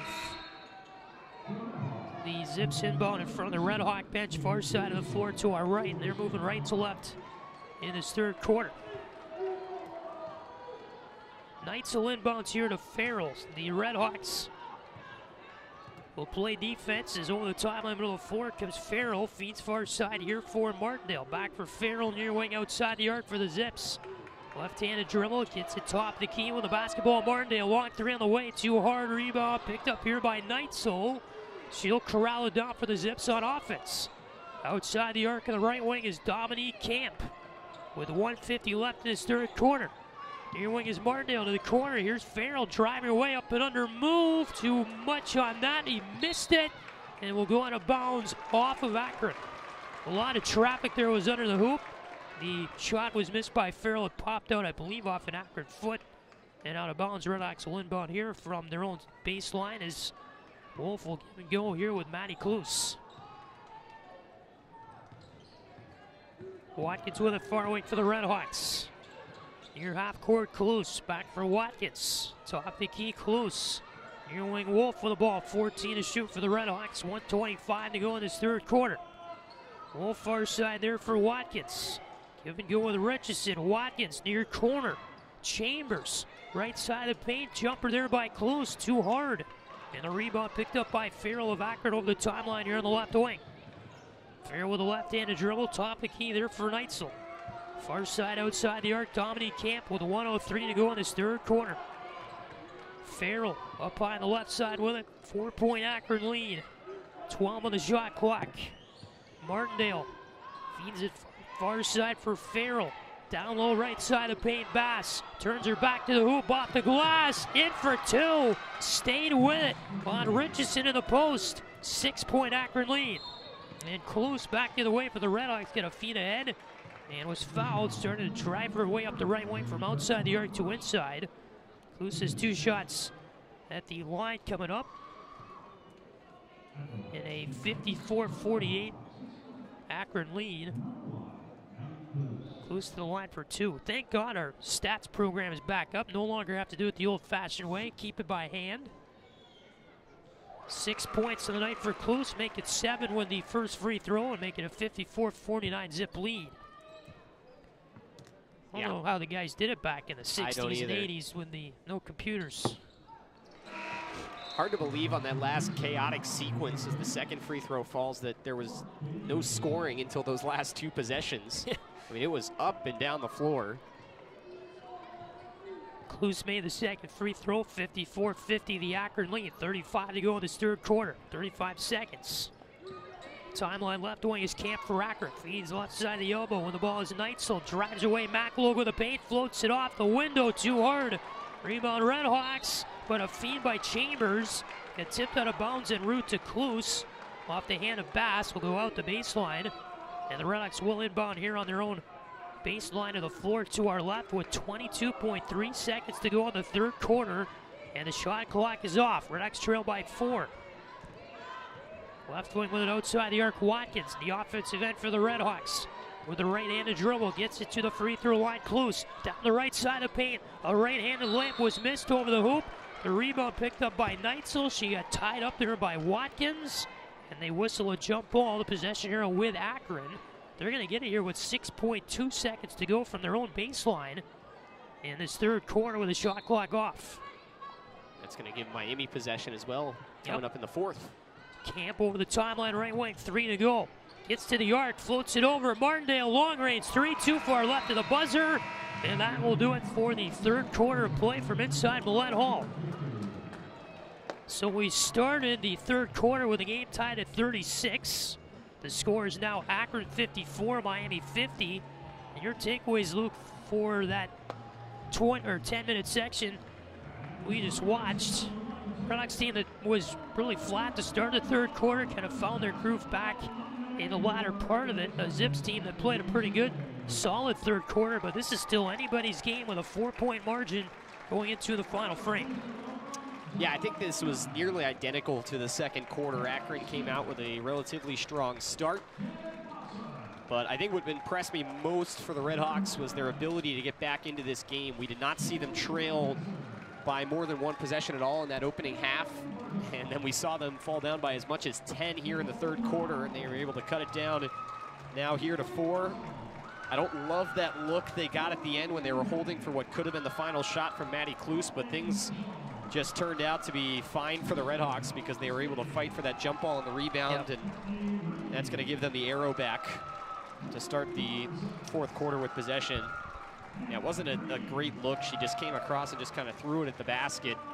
Would have been, I think, really disappointing. I think they would have carried a lot of maybe negative momentum into the break had that been the end of it. But a good job for the RedHawks to fight in the paint, draw that jump ball. And, I mean, you give Akron the ball back with 6 seconds left from their own baseline. They can't really do a whole lot with it. It's almost a useless possession there for the Zips. And now you're going to get the ball back to start the fourth, only down 4. But I think overall, you got to be pretty happy. You know, Peyton Scott did pick up her 4th foul, but I think all things considered in that third quarter, the fouls were kept to somewhat of a minimum. Akron had more fouls than the RedHawks in a quarter for the first time all game. RedHawks only had 4. And so Scott's got 4. She's the only one with that many. Freeman and Richardson with 3 for the RedHawks. But the good news is some of your top scorers outside of Scott, Kloos, Morrow, and Ivy Wolf fouls are somewhat of a non-factor going into this final quarter. I agree. A lot of good storylines in the game. I think you're just in general, as a Red Hawk fan, impressed by this because it's a Zips team, Luke, that, yes, is a MAC opponent, but they're good. They're 10-2 overall coming into the game today. They've won 5 in a row. They are a favorite to win the conference. I mean, they made it to the WNIT last year. They lost the first round to Wake Forest. They made it to the MAC semis. They got blown out by Buffalo in that game, 82-43, but this is a Zips team that's a real deal. I mean, they could make the NCAA tournament this year and win the MAC. The RedHawks team is playing right with them.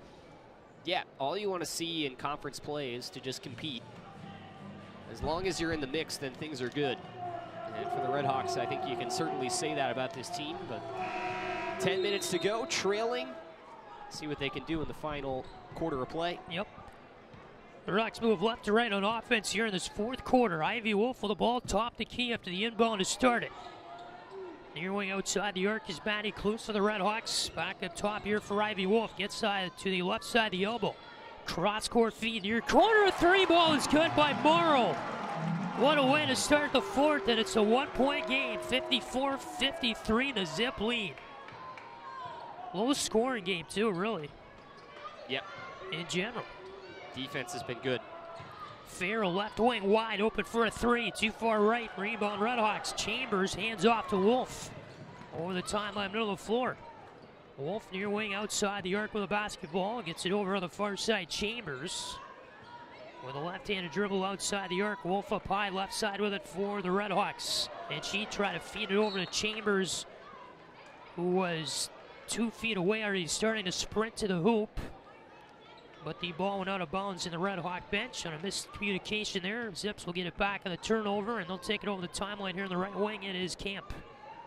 A minute into this fourth quarter. Camp hands off Martindale. That got broken up by Wolf. RedHawks with a steal.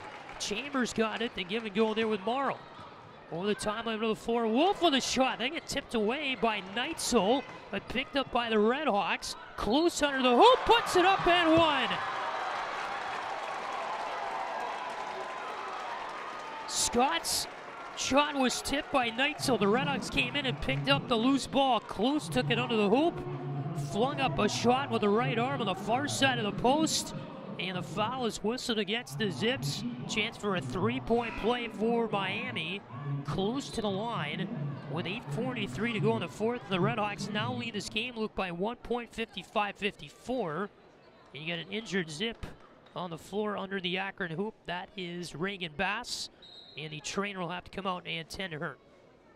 Yeah, tough to see for the Zips, all MAC selection in preseason, Reagan Bass, but really good recognition by the RedHawks. They're coming up the floor after the steal. They had numbers, because after that steal, Akron had numbers on the offensive end that they kind of used for sort of a mini press, and when the RedHawks were able to get the ball across the timeline, obviously it was not a good shot at all because it was blocked, but I think the idea was right in the recognition to pull the trigger there and try and catch Akron off guard when you have numbers up the floor, because you see what happens. The shot gets blocked, but the support is there. RedHawks were outnumbering Akron in the front court. And eventually Matty Klus able to collect for the RedHawks, gets him a huge bucket. They retake the lead. Feels like it's been a long time coming for the RedHawks, and a chance to expand on it following what has now turned into a timeout following the injury. Yep. 8:43 to go. We'll step aside here in this fourth quarter. 55-54 RedHawk lead. This is Miami basketball on RedHawk Radio.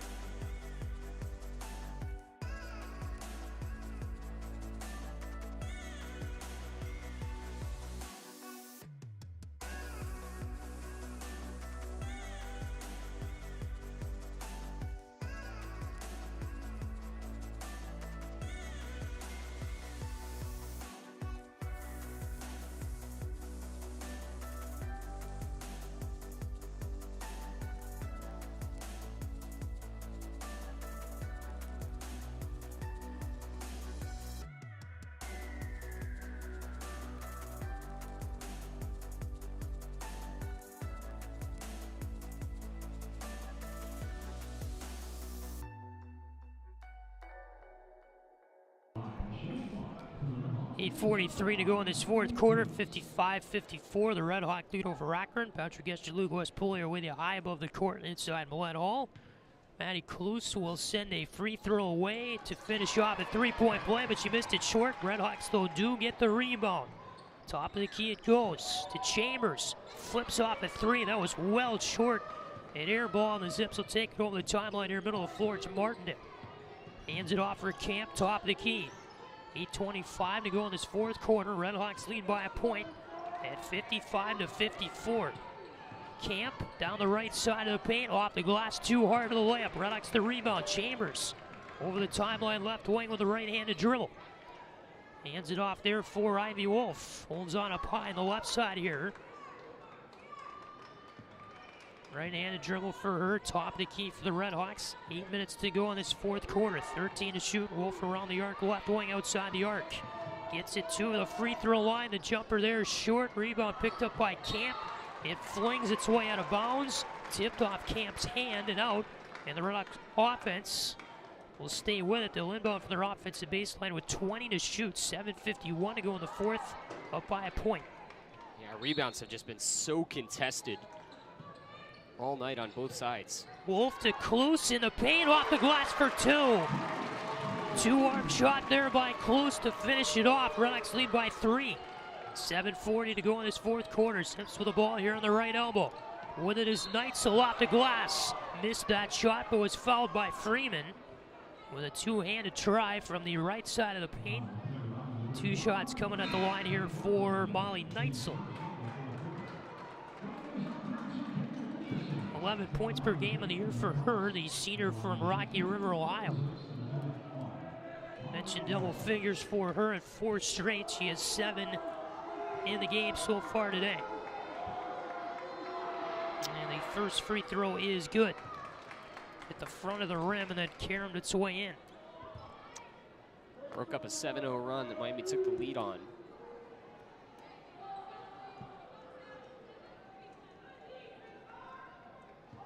She will have another one here.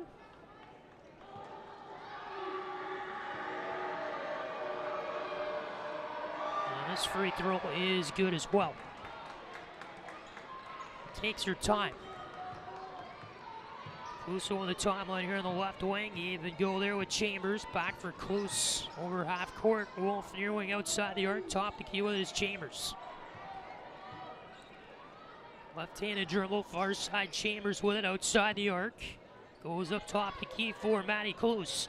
Down low right side of the elbow, driving in Morrow. She missed a layup. It was kind of blocked away there by Akron's Faith Stinson. The ball went off Stinson's hand out the baseline. RedHawks going to stay with it here. The inbound from their offensive baseline with 7 to shoot. 7:12 to go in the fourth quarter. Wolf will toss it off the back of an Akron player and finish a layup.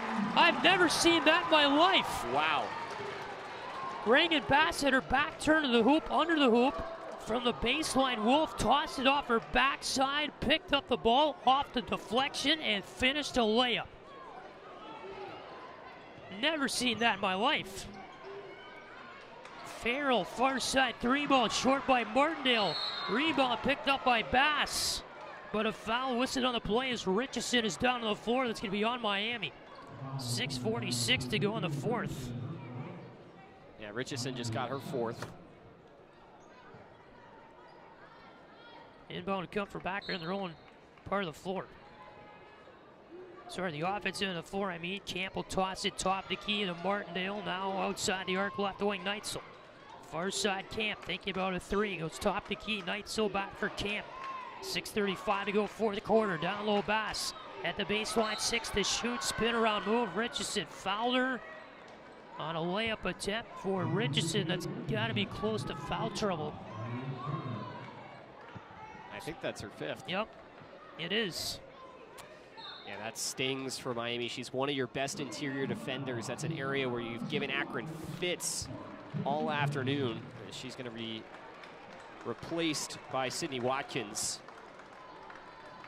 But now it really feels like the door might be open for Akron a little bit with Katie Richardson out of the game to start to go to work in the paint a little bit. First free throw missed by Reagan Bass at the line. RedHawks have both their bigs on the bench right now. Obviously, Richeson's fouled out, and Freeman is riding on the bench as well.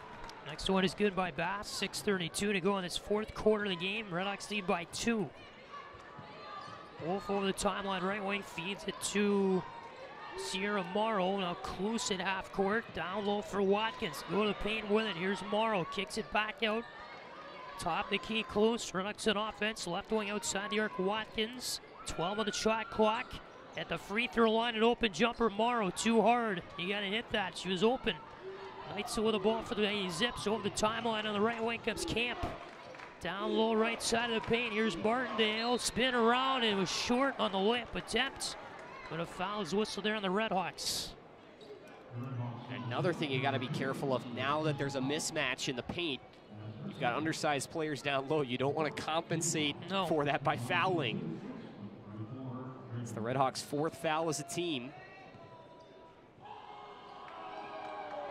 So at the line is Bass. First free throw is good. Took a few hops on the rim that fell through, so a free throw here would tie the game up at 59 for Bass, with 5:59 to go in his fourth quarter. And the next one short, no good. RedHawks keep the lead by a point. And is close to the rebound, shovels over the timeline, right wing for Wolf. Far side Watkins tosses back, 3-ball Morrow. Well downtown, too far left, she missed. Rebound Farrell for the Zips. Cross court near wing outside the arc is Dominique Camp. On the right-handed dribble, gets it to the near wing where the ball is Neitzel. Cross court there for Farrell. In the corner with a left-handed dribble, Farrell through the paint, kicks it over, and a nice shot up and in for 2 by Neitzel. Right side of the post, and the Zips back with a lead, 60-59. Wolf for the ball, top the key for the RedHawks. 5:15 to go in this fourth quarter. Far side outside the arc, Sidney Watkins with a right-handed dribble. Watkins goes top of the key for Wolf with 12 to shoot. Near wing outside the arc, Chambers to the near corner, Morrow. Gets it up left wing outside the arc. Here's Wolf to the back logo. Put it down low for Morrow. They fight for it on the floor, and the shot clock ran off. Morrow got the pass at her feet, could never regain control in time or pick it up. And the shot clock expired because of that. So the Zips will inbound here from their own baseline. 4:54 to go in this fourth quarter. A 1-point lead for Akron. And the RedHawks are going to bring back on Imani Freeman. Really need an anchor like that in the defensive paint right now. Outside the arc of the far wing, Molly Neitzel. A feed was tipped away there by Freeman. And route to Bass went out the baseline. Going to stay with Akron here. They'll have 17 to shoot. 4:40 left in this fourth quarter. And immediately Morrow's going to come back in for Freeman. It's troubling for the RedHawks because one of your centers is already fouled out. The other one in Freeman is playing with 4 fouls. So you want to have her on the floor just because you need her, but she's going to have to be a little bit limited here in the final 5 minutes. Right. Also here for a foul on the RedHawks. Akron inbounded it. It was something away from the play. It's going to be Watkins. 4:37 to go in this fourth quarter. 1-point Zip lead. You're going to have the free throw come here from Neitzel. And Akron in the bonus now. Yep. As the RedHawks pick up their 5th. Miami's going to bring Scott and Freeman back on. They're both the players with 4 fouls. Zips on the other hand just have 1 foul as a team here in this fourth quarter. First free throw by Neitzel is no good. Too far right. Free throw shooting kind of been a thorn in the Zips side today. 16 for 21, that's less than 80%, which is still decent, but in games like this, get all the points you need. Yeah, and a lot of their misses have come at big moments. Yep. Next one is good by Neitzel, so the Zips lead is now 2 at 61-59. Scott left wing, feeds to the middle. Here's Klus. Shovels over the timeline, right wing for Ivy Wolf. Gets her way to the top of the key. The left-handed dribble here for Wolf with 4:22 to go in the fourth quarter. Near wing outside the arc, Sidney Watkins. Will get it to the top of the key. Wolf tipped it away. Camp with the ball over the timeline for the Zips. drives her way to the near side here for Farrell. Outside the arc, Farrell drives to the baseline. Gets it over. Here is Neitzel down low to pass, and she finished off the window for two in the left arm of the post. Wolf over the timeline, middle of the floor. Akron lead now 4 points. Left elbow Klus down low in the post area. Freeman trying it up and under, missed it short on the rim. Rebound, Watkins. Offensive board for the RedHawks. Scott's back in the game. Far wing, she'll go outside the arc with it. Feed down low in the post. Klus off the window too hard with both arms. And the rebound of the Zips. Camp will take it over the timeline on the right wing as Scott is back into the floor for the RedHawks. That's huge. With 3.5 to go in this fourth quarter, Zips lead by 4. They are on offense. Farrell near wing outside the arc. Top the key with it for Molly Neitzel. Far side outside the arc, Rachel Martindale. Neitzel. Top of the key near wing now is Camp. 6 to shoot, Akron. Camp outside the arc in the right wing. There is Bass. Left-handed dribble, drives down the left side of paint. Missed the shot short as the shot clock expired, but a foul on the RedHawks. And that is number 6 for Miami as a team in the fourth quarter.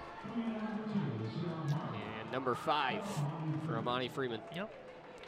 So you've got 2 RedHawks foul out in this fourth quarter of the game.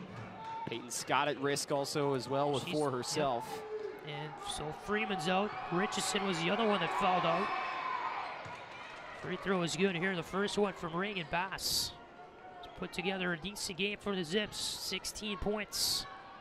You have 3 Zips, double fingers. Bass, Farrell, and Camp. Next one is good for Bass. Huge 2 for 2 trip at the line. And the Zip lead is now 6. 65-59 Akron. 3:03 to go fourth quarter. Scott's over the timeline on the right wing for the RedHawks. Need to find some magic here in the final 3 minutes of the fourth. Watkins top the key for Miami. Gets it over on the far side for Ivy Wolf. Holds on with both arms. Gets her way left elbow. Pull up there. Well short rebound. Tipped out by Scott. To the top of the key for Wolf. Left wing quick feed. Scott 3. Too hard. Rebound. Camp of Akron. Over the timeline, middle of the floor. Camp down the left side of the paint will arc her way back outside the arc in the near wing and go to Farrell, top of the key with 2.5 to go in the fourth. Camp, left side drive to the rack and in for 2 on the right arm. Wide open chance to get to the hoop for Dominique Camp, who now has 20 points in the game. Leads all scores. 67-59 Akron, 2:13 to go in the fourth. Far side outside the arc is Scott. Left elbow, far side, 3 balls is Wolf, and she'll hit that. Timeout Tiana Hendricks called with 2:06 to go in the fourth. A much needed 3-ball there for Wolf to pull the RedHawks back into the game. You could argue 67-62 Zips. A 5-point advantage with 2:06 to go in this fourth quarter. So Wolf makes the 3. It's a 2-possession game, certainly winnable for either team right now, but the Zips kind of coming away here a little bit in the last minute or so. Yeah, the RedHawks just couldn't buy a bucket, and it's got to be so frustrating for Deanna Hendricks and her staff because they had so many chances on any given possession. I mean, prior to that 3-point make, you look at the last 2 possessions. The first one they had 3 shots, and the second one they had 2. You look at how many offensive rebounds you're getting, it's still not coming away with any points. I mean, you just really cannot do that late in games. But that 3 keeps you in the game. You're only down 2 possessions, need some stops. Over the timeline on the right wing comes Camp for the Zips. Far side outside the arc. Whistle for a foul here on the RedHawks. She was feeding to Martindale on the right wing. It's going to be on Watkins. And so now for the RedHawks as well, you have to know who your foulers are here late. So Wolf and Morrow are probably the 2 best options. Wolf doesn't have any fouls. Morrow only has 1. Watkins just got her 3rd. Free throw is good there for Camp. First one. But most of all, do not let Peyton Scott foul. Second one by Camp is good. 1:58 to go in the fourth. RedHawks trail by 69-62 margin. Far side it goes for Klus. Over the timeline, left wing Scott. Top the key Wolf. Near wing is Watkins with a right-handed dribble. Watkins hits the brakes with 18 to shoot. Wolf Near side of the paint for Cluse, down low for Morrow. The shot was blocked, got it back up the floor. Another try, too hard off the window with both arms. And the RedHawks get another foul on offense that's going back to Akron as they got Cluse for something there under the hoop and with a bonus. The Zips will shoot 2 free throws here. 1:37 to go in this fourth quarter. A 69-62 Akron lead, and the Zips send to the line Regan Bass for 2 shots. Another one there, Patrick. You get an offensive board. You had 2 chances at the basket there. Got to score on at least one of them. First one is good, and you're right. 2 missed opportunities for Morrow. 70-62, the Zip lead by 8. Bass, second free throw, and it's a 9-point game as she makes it. 1:36 to go in the fourth as the RedHawks take it over the timeline here. It is Cluse. Right-handed dribble, goes down left side of the paint, floats it off the glass too hard. A foul was whistled, so the shot did not go. We get 2 at the line coming up for Maddie Cluse. Yeah, on a foul by Bass. Love the idea there from Cluse. Just race up the floor, you're down 9, get a shot up quick and lean into the defender, get that foul. Obviously, it would have been really, really nice for the RedHawks to get that shot to fall, but regardless, not much time comes off the clock. You get some chances at the line here. First one is good. 71-63, the Akron lead. You have 90 seconds to go in the fourth quarter of this game.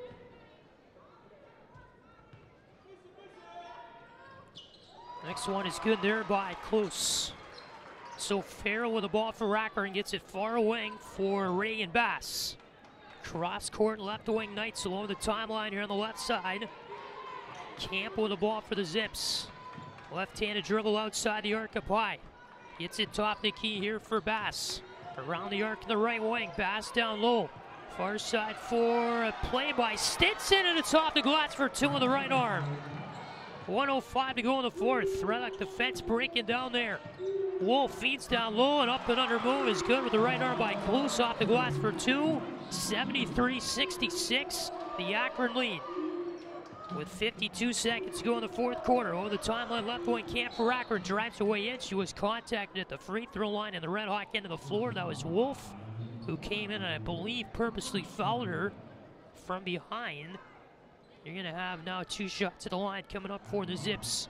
Dominique Camp, Lakota Westcott, and the senior guard. Yeah, for the RedHawks, a bad break because when that shot fell, your 2 players that were defending on the press were Watkins and Scott were the 2 that couldn't foul. So you had to wait till that ball got across the timeline before Ivy Wolf finally was able to deliver, and a lot of time came off that clock. First one was good there by Camp. Next one on the way is good as well. 75-66 Akron. You're going to have a timeout call here by the Zips. With 49.4 to go in this fourth quarter. 75-66. Zip lead by 9. It's not impossible for the RedHawks, but you know, Miami team that played so well the first, 36 minutes of this game. They were in it, they were competing, and then all of a sudden Akron does what good teams do. They found a way to grind this one out in the last few minutes. I'm not saying it's over yet by any means, but a Zips team that puts themselves up by 9 in a game where the lead margin was really pretty much no more than 5 at any point, with a few exceptions here and there. Yeah, and for the RedHawks, the bit unorthodox thing about it was that it boiled down to offense, which is not something I thought would happen coming into this one. RedHawks defense, it broke down a couple times, but really it's just been their lack of scoring here down the stretch. Yep. Wolf on the ball, right side of the paint, floats it over on the far side. Watkins, who was taken away there by the Zips. Dominique Camp on a strip, took it to the half-court area where she was fouled on a drive down the floor. And you're going to have 2 shots now at the line for Dominique Camp, and a pretty good night for her. 24 points to lead all scorers in this game, averaging 9.9 a game this season. That's it for Camp. So almost tripling her average here this afternoon as the first free throw is good. 10-point Akron lead with 39.5 to go in this fourth quarter. Next one on the way from Camp, that's good as well. The weirdest thing about all this, Patrick, 3 bench points for Akron. Wow. It was a 3-point shot from Stinson, and that was it. Wolf outside the arc on the right winger. 3 ball is tipped away off the hands there of Farrell. The rebound picked up by the Zips. Campbell with the timeline right wing with 23 to go. The shot clock is off. Rex are not going to foul her. An 11-point game. 16 seconds to go. Martindale holds on to the big red M at half court. Melissa Jackson, the Akron coach, goes down the bench and high fives everybody on her team. Farrell here up high on the left side with 3 to go. They're going to dribble this one out. And the Zips pull out a huge grind them out in your face tough style road win. 77-66 the final score. The Zips end the game with their largest lead of the afternoon. Akron improves to 11-2 overall. They're now 2-0 to start out MAC play. They've won 6 games in a row. A RedHawks team that let it go, Luke, in the last few minutes. A game they could have had, and they've now lost 5 of their past 6 games. The RedHawks start MAC play 0-2 this season. Yeah, and it just comes down to the completeness of your effort down the stretch for the RedHawks. I mean, you were doing all the little things right for the first, 33, 34 minutes of the game. But in the waning minutes for the RedHawks, it wasn't even like it was, awful. They weren't doing everything bad. It's just that they couldn't score. I mean, they outcompeted Akron, I thought, on the offensive end pretty badly in those final few minutes, but they just couldn't get the shots to fall. I mean, it was offensive rebound after offensive rebound, and still just couldn't find a way to buy a bucket. Tough loss for the RedHawks, but for the Zips, this is a really quality win on the road for Melissa Jackson's team. You just got them out. Yeah. It's not always pretty. You don't always play your best game. Akron probably would have liked to be in a little more control of this one from the very start instead of having this be as back and forth as it was and having to play basically that whole first half from behind. But at the end of the day, you end up with a double-digit win and a really, really strong win on the road at that for this Akron team who improves to 11-2. They're going to be one of the best teams come early March. They should be headed to Cleveland, I think, rather easily when things are all said and done. I agree. Nothing that we saw this afternoon that's going to take that away, and maybe it wasn't the best start for the Zips at all to open up the first 35 minutes of the game, but teams that go to Cleveland and teams that go beyond Cleveland find ways to win games like this. On the road, Saturday afternoon, a really good home crowd against you. The Zips did just that, and they ended the game with their largest lead at 11 points. So to further your point, teams that go to Cleveland at the end of the year, that's what they do, and it's a Zips team that's going to turn a lot of heads, I think, this year in the country and in the MAC.